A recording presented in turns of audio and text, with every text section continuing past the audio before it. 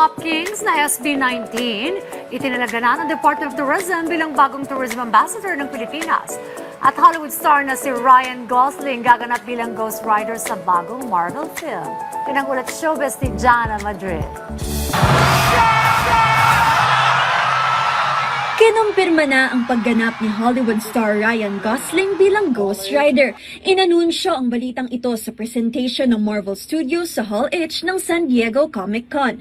Sa direksyon ni Deadpool and Wolverine director Sean Levy, target ng Marvel na ipalabas ang Ghost Rider sa 2028. Halatang excited naman si Ryan Gosling dahil matagal na niyang gustong bigyang buhay si Ghost Rider.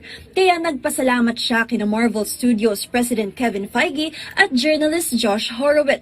Matatandaang noon pa man ay napag-uusapan na ang posibilidad na mapunta kay Gosling ang papel. Matapos pabirong tanungin ni Horowitz si Feige kung bakit hindi pa ito iniaalok ng Marvel sa aktor. Kamakailan lang ay bumida rin si Gosling bilang Ryland Grace sa hit sci-fi film na Project Hail Mary na hango sa best-selling novel ni Andy Weir.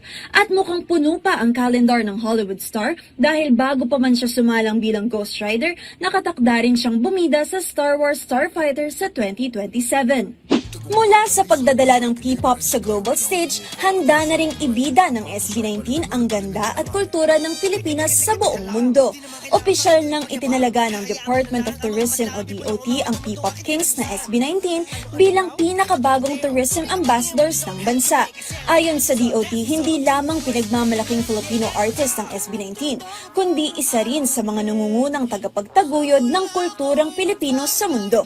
Ayon kay Tourism Secretary Dita Angara Matay, malaki ang naitutulong ng global reach ng grupo sa paghikayat ng mga dayuhan at overseas Filipinos na bisitahin ang Pilipinas. Ikinatuwa naman ng SB19 ang pagiging Philippine Tourism Ambassadors na anilay pagkakataon upang mas maipakilala ang kulturang Pilipino sa pamamagitan ng kanilang musika. Sa patuloy na pag-angat ng P-pop, hindi lang musika ang isinusulong ng SB19 kundi pati ang ganda at kultura ng Pilipinas. Abangan muli ang aming entertainment stories, Jana Madrid, para sa Ulat Showbiz.